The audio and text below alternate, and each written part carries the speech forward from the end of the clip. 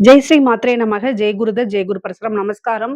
நான் கரூர்லேருந்து வல்சலா பணிக்கர், பிரசன்ன ஜோதிடர். இன்னைக்கு நம்ம பொருள் நிதியாண்டுன்னு சொல்றோம் இல்லைங்களா? அதாவது 1/4/2026 இருந்து 31/3/2027 இந்த நிதியாண்டுல துலா ராசிக்கு எப்படி அவங்களுடைய நிதிநிலை இருக்கு அப்படிங்கிறத பார்க்க போறோம். இது நான் சொல்லக்கூடியது வந்து உங்களுடைய இன்கம் சோர்ஸை மட்டும்தான். அதாவது இன்கம், அதுக்கப்புறம் உங்களுடைய பொருளாதார வாழ்க்கை எப்படி உயர்வாகுது, அதுக்கு தகுந்த என்ன பரிகாரங்கள், இத மட்டும் தான் நம்ம பார்க்க போறோம். வேற எந்த திருமணம், குழந்தை பேரு, மத்த ஜெனரல் ப்ரிடிக்ஷன் இதுல கிடையாது. ஒன்லி வந்து பொருளாதாரம் தான். பொதுவாவே வந்து பார்த்தீங்கன்னா, இந்த ஃபினான்ஷியல் இயர் வந்து உங்களுக்கு எப்படி இருக்கும் அப்படின்னா, ரொம்ப நல்லா தான் இருக்கு. ஏன்னா, உங்களுக்கு 11 குடையவர் யாரு அப்படின்னா, சூரியனா போறாரு. அதே மாரி உங்களுக்கு 2 குடையவர் வந்து செவ்வாயா இருக்காரு. இப்போ இந்த வருஷத்த பொறுத்தவரைக்கும், உங்களுக்கு 2ஆம் இடத்த வந்து குரு பாத்துர்றாரு. அதுவே ரொம்ப சூப்பரான நிலை தான். 2ஆம் இடத்த குரு பார்க்குறாரு. அதே மாரி உங்களுக்கு இவ்வளோ நாளா கொஞ்சம் பிரச்சனைகள் இருந்துட்டு இருந்திருக்கும். இந்த பிசினஸ் ரீதியா வந்து பணம் குடுக்கல், வாங்கல். ஏன்னா 2ஆம் இடத்து அதிபதி வந்து பார்த்தீங்கன்னா, ராகுவோட சேர்ந்து கொஞ்சம் பொருளாதார, நிதி நெருக்கடி எல்லாம் உண்டு பண்ணியிருப்பாரு. வரக்கூடிய பணம் வராம இருக்கும். இந்த மாரி விஷயங்கள்லாம் இருக்கும். நான் சொல்லக்கூடிய பரிகாரங்கள் ரொம்ப ரொம்ப சிம்பிள் தான். அத செஞ்சுக்கங்க. பொதுவாவே உங்களுக்கு துலா ராசி ஜெனரலான பிரெடிக்ஷன் என்னன்னா, துலா ராசிக்கு 11 குடையவன் சூரியன். அவர் உங்களுக்கு பாதகாதிபதியாக இருந்தாலும் கூட, அவரு தான் உங்களுக்கு பணத்தையும் குடுப்பாரு. பல விஷயங்கள நன்மைகளா ஏற்படுத்தி குடுக்குறவரும் அவரு தான். ஸோ, அதனால ஒவ்வொரு நாளும் சூரிய பகவான வழிபாடு பண்ணுங்க. ஆனா காலையில 6 டூ 7 தான். அதாவது உதிக்கக்கூடிய சூரியனைத்தான் பார்க்கணும். உங்களுடைய ராசியில சூரியன் அஸ்தமம் ஆகுது. அதாவது நீச்சமாகுது. அப்போ நீங்க அஸ்தமனமான சூரியன பார்க்கக்கூடாது. உங்களுக்கு வந்து அது தோஷமா போகும். எப்போ அஸ்தமனமாகக்கூடிய சூரியன் தான் அட்ராக்ட் பவர் குடுப்பாரு. அதே நேரத்துல நம்மளை கவர்ந்து இழுக்கக்கூடியது வந்து அதுதான். உதயமாகக்கூடிய சூரியன விட நீச்சமாகக்கூடிய சூரியனுக்கு அதிக இது இருக்கு. அழகு இருக்கு, ஈர்ப்பு சக்தி இருக்கு. அதனால நம்ம பொதுவாவே அத தான் ரசிச்சு பார்ப்போம். எல்லாத்து கண்லயும் அதுதான் வேற படும். ஆனா, துளாராசிக்காரங்க, நீங்க வந்து என்ன பண்ணணும் அப்டின்னா, நீச்சம் அதாவது அஸ்தமனமாகக்கூடிய சூரியன பார்க்கக்கூடாது. உதயமாகக்கூடிய சூரியன தான் நீங்க பார்க்கணும். அப்பதான் உங்களுக்கு லாபம் வரும், பொருளாதார உயர்வு கிடைக்கும். உங்களுடைய வாழ்க்கையில ஒவ்வொரு நாளும் படிப்படியா முன்னேறி போகக்கூடிய அமைப்புகள் இருக்கு. சரிங்க. நீங்க வந்து காலையில 6 டூ 7 இது வந்து இந்த வருஷம் மட்டும் கிடையாது. எப்பவுமே மெயின்டெயின் பண்ணிக்கங்க. அது வந்து உங்களுக்கு ரொம்ப ரொம்ப நல்லது. அதே மாரி ஒவ்வொரு ஞாயிற்றுக்கிழமையும் வந்து சொர்ண ஆகர்ஷ்ண பைரவர் வழிபாடு பண்ணுங்க. உங்களுக்கு 2ஆம் இடம் ரொம்ப வலுத்திருக்கு. இந்த நிதியாண்டுல வந்து 2ஆம் இடத்துக்கு வந்து குரு பார்வைங்கிறது வந்து ஜூன் மாசத்துக்கு அப்புறம் வருது. அது போக வந்து 11 குடையவர் வந்து பார்த்தீங்கன்னா, உங்களுக்கு உச்சமாகக்கூடிய காலம் இந்த ஏப்ரல் மாசம் தான். அதனால அதுவும் ரொம்ப நல்லா இருக்கும். பொதுவாவே ஒவ்வொரு மாசமும் வந்து உங்களுக்கு பொருளாதாரம் ஏற்ற இறக்கமா தான் இருக்கும். ஆனா, இந்த ஜூன் மாசத்துக்கு அப்புறம் குரு பெயர்ச்சிக்கு அப்புறம் வந்து பார்த்தீங்கன்னா, உங்களுக்கு பொருளாதார வாழ்க்கை நல்லா இருக்கும். அது போக சனியும் உங்களுக்கு பயிற்சி ஆயிட்டாரு. ராகு, கேதுவும் வந்து டிசம்பர்ல பயிற்சி ஆயிருது. அப்பல்லாம் வந்து பெரிய லெவல்ல உங்களுக்கு அந்த பொருளாதார நெருக்கடி அப்படிங்கிற ஒரு விஷயத்த நீங்க சந்திக்க மாட்டீங்க. அதனால நீங்க இந்த வருஷம் வந்து கவலைப்பட வேண்டாம். இல்ல எனக்கு வரக்கூடிய பணம் வரமாட்டேங்குது.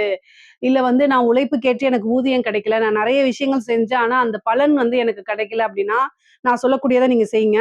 ஞாயித்துக்கிழமை ராகு காலம் இருக்கு பார்த்தீங்களா? அதாவது ஞாயிற்றுக்கிழமை அப்படிங்கிறது வந்து 4 டூ 6 அத 4:30 டூ 6 அந்த ராகு காலம் வருது. அந்த ராகு காலத்துல வந்து பார்த்தீங்கன்னா, சரபேஸ்வரர் வழிபாடு ரொம்ப ரொம்ப சூப்பர்.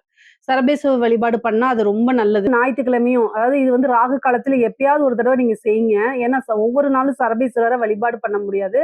அது கஷ்டம் தான். முடிஞ்சா ஒரு ஞாயித்துக்கிழமை இந்த ராகு காலம் வருதுல்ல, அதுல போயிட்டு நீங்க திருப்புவனத்துல இருக்கக்கூடிய சரபேஸ்வரர் கோவிலுக்கு போயி வழிபாடு பண்ணிட்டு வாங்க. அது இன்னும் சிறப்பான பலன்கள உங்களுக்கு குடுக்கும்.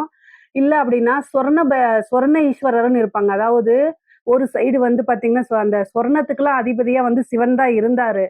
அவர்கிட்ட அதாவது விரதம் இருந்து தவம் புரிஞ்சு மகாலட்சுமி தான் இந்த பணத்துக்கு நான் தான் அதிபதியா இருக்கணும்னு சொல்லி என்ன செஞ்சாங்க, அந்த லக்ஷ்மி வந்து என்ன செஞ்சாங்க, பணத்த வாங்கிட்டு போனாங்க. அதே மாரி வீணை, அது வந்து சரஸ்வதி தேவி வந்து யார்கிட்ட இருந்து வாங்குனாங்க? எல்லாம் பகவான் சிவன் கிட்ட இருந்து தான். இந்தாங்கடா, போங்கடான்னு சொல்லி எல்லா விஷயத்தையும் குடுத்துட்டு அவர் தனியா இருக்காரு. திருவோடு ஏந்திட்டு. அவரு தான் எங்க அப்பா. ஸோ பொதுவாவே பார்த்துக்கங்க, சிவபெருமான் கிட்ட இருந்து நம்ம வந்து மகாலட்சுமியா இருந்தாலும் சரி, அதே மாரி சரஸ்வதி தேவியா இருந்தாலும் சரி, தவம் புரிஞ்சு அவங்க கிட்ட இருந்து தான் அந்த வரங்கள் எல்லாம் வாங்கியிருக்காங்க. அது மாரி சொர்ண ஈஸ்வரர்ன்னு சொல்லுவாங்க. அதாவது சொர்ண ஈஸ்வரர்னா, அந்த தங்க காசுகள கொட்டி குமிச்சிட்டு இருப்பாங்க. ஒரு சைடு வந்து மகாலட்சுமியும், இன்னொரு சைடு வந்து குபேரனும் மண்டி போட்டு எடுத்துக்கிட்டு இருப்பாங்க. வரத்த வந்து வாங்கிக்கிட்டு இருப்பாங்க. அந்த பகவானுடைய ஃபோட்டோ இருந்துச்சுன்னா, வீட்ல வச்சு தாராளமா வழிபாடு பண்ணலாம். உங்களுடைய ராசிக்கு 11 கூடையவர் சூரியன். சூரியனுடைய அதிதேவதை சிவன் தான். ஆனா லாபம் வரணும் அப்படின்னா சொர்ண ஈஸ்வரரை வழிபாடு பண்ணுங்க. சாதாரணமான ஈஸ்வரரை வழிபாடு பண்ணலாமான்னா தாராளமா பண்ணலாம். பொருளாதாரங்கும் போது சொர்ண ஈஸ்வரரை வழிபாடு பண்ணுங்க. சிவன் கோயிலுக்கு போய் வில்வத்தால அர்ச்சனை பண்ணுங்க. அதே மாதிரி ஒவ்வொரு செவ்வாய்க்கிழமையும் முருகன் வழிபாடு பண்ணுங்க. அதாவது இந்த முருகன் வழிபாடுக்கு காலையில 6 to 7 ரொம்ப சிறப்பானது. ஆனா பொதுவா முருகன் வழிபாடுக்கு வந்து பாத்தீங்கன்னா டைம் எதுவும் கிடையாது. ஆனா உங்களுக்கு நல்ல மைண்ட் செட்டப், ஏன்னா தூங்கி எந்திரிச்சதுக்கு அப்புறம் உங்களுக்கு பெருசா மைண்ட்ல வந்து ரொம்ப டிஸ்டர்பன்ஸ் இருக்காது. ஃப்ரெஷ்ஷா இருக்கும். பெரிய லெவல்ல சிந்தனைகள் இருக்காது. அதனால காலையில 6 to 7ங்கிறது வந்து ரொம்ப, அதாவது உங்களுக்கு ஆத்மார்த்தமா நீங்க கும்பிட முடியும் முருகன. முருகன கும்பிடுங்க. நெறைய விஷயங்கள் உங்களுக்கு நன்மை நடக்கும். அதே மாதிரி உங்களுக்கு வந்து இந்த துர்கா தேவி வழிபாடு பண்ணுங்க. இந்த செவ்வாய்க்கிழமை ராகு காலத்துல துர்கா தேவி வழிபாடு பண்ணுங்க. துர்க்கைக்கு வந்து விளக்கு போடுங்க. ஆனா எலுமிச்சம்பழத்த கட் பண்ணிலாம் விளக்கு போட வேண்டாம். சாதாரண 2 நெய் தீபமோ அல்லது நல்லெண்ணெய் தீபமோ போட்டாலே போதும். இந்த வழிபாடெல்லாம் ரொம்ப ரொம்ப சிம்பிள்ங்க. இல்ல நான் வேலையில இருக்கேன், என்னால வந்து ராகு காலத்துல போய் வழிபாடு பண்ண முடியலனாலும் ஒண்ணும் பிரச்சனையே கிடையாது. அந்த செவ்வாய்க்கிழமை முருகன் வழிபாடு இருக்கு இல்லைங்களா? காலையில எந்திரிச்சு செய்யுங்க. இல்லையா, ஈவினிங் வந்து நைட்டு செய்யுங்க. ஆத்மார்த்தமா செய்யுங்க. எந்த வழிபாடுனாலும் மனசும், நம்மளோட மனசும் அந்த நம்ம அந்த கும்பிடக்கூடிய தெய்வமும் கனெக்டடா இருக்கணும். நம்ம வந்து வேற ஒரு விஷயத்த நெனச்சுட்டு, ஒரு கடமைக்குன்னு ஒரு விஷயத்த செய்யும்போது அது பலன் அளிக்காது. அதுக்கு செய்யறதுக்கு செய்யாமயே இருக்கலாம். ஆனா நீங்க வேலை செஞ்சுட்டு ஆத்மார்த்தமா இறைவன நினைக்கும்போது அதுக்கு நெறைய பலன்கள் இருக்கு. ஸோ அதனால சொல்லக்கூடிய தாத்பரியத்த நீங்க புரிஞ்சுக்கிட்டீங்கனாலே, உங்களுக்கு நீங்க செய்யக்கூடிய பரிகாரங்களும் சரி, என்ன விஷயங்கள் செஞ்சாலும் கை மேல பலன்கள் கிடைக்கும்.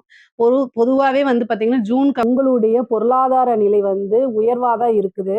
அதுக்கு காரணம் வந்து குருவோடைய பார்வை. அது மட்டும் இல்லாம ஜூன் மாசம் குருவும், அதாவது ஜூன், ஜூலை மாசம் வந்து குருவும் வந்து சூரியனும் ஒண்ணா சேருவாங்க. அப்போ இன்னும் பவர்ஃபுல்லா இருக்கும். அந்த டைம்ல இந்த பரிகாரத்தெல்லாம் நீங்க செய்யுங்க. கட்டாயம் உங்களுக்கு வரக்கூடிய பணங்கள் இது எல்லாமே வந்துரும். இதுல ஏதாவது சந்தேகங்கள் இருக்கு அப்படின்னா, கமெண்ட்ஸ்ல கேளுங்க. கட்டாயம் நான் ஆன்சர் பண்றேன். நம்மளுடைய சேனல லைக் பண்ணுங்க, ஷேர் பண்ணுங்க, சப்ஸ்கிரைப் பண்ணுங்க. நன்றி, வணக்கம்.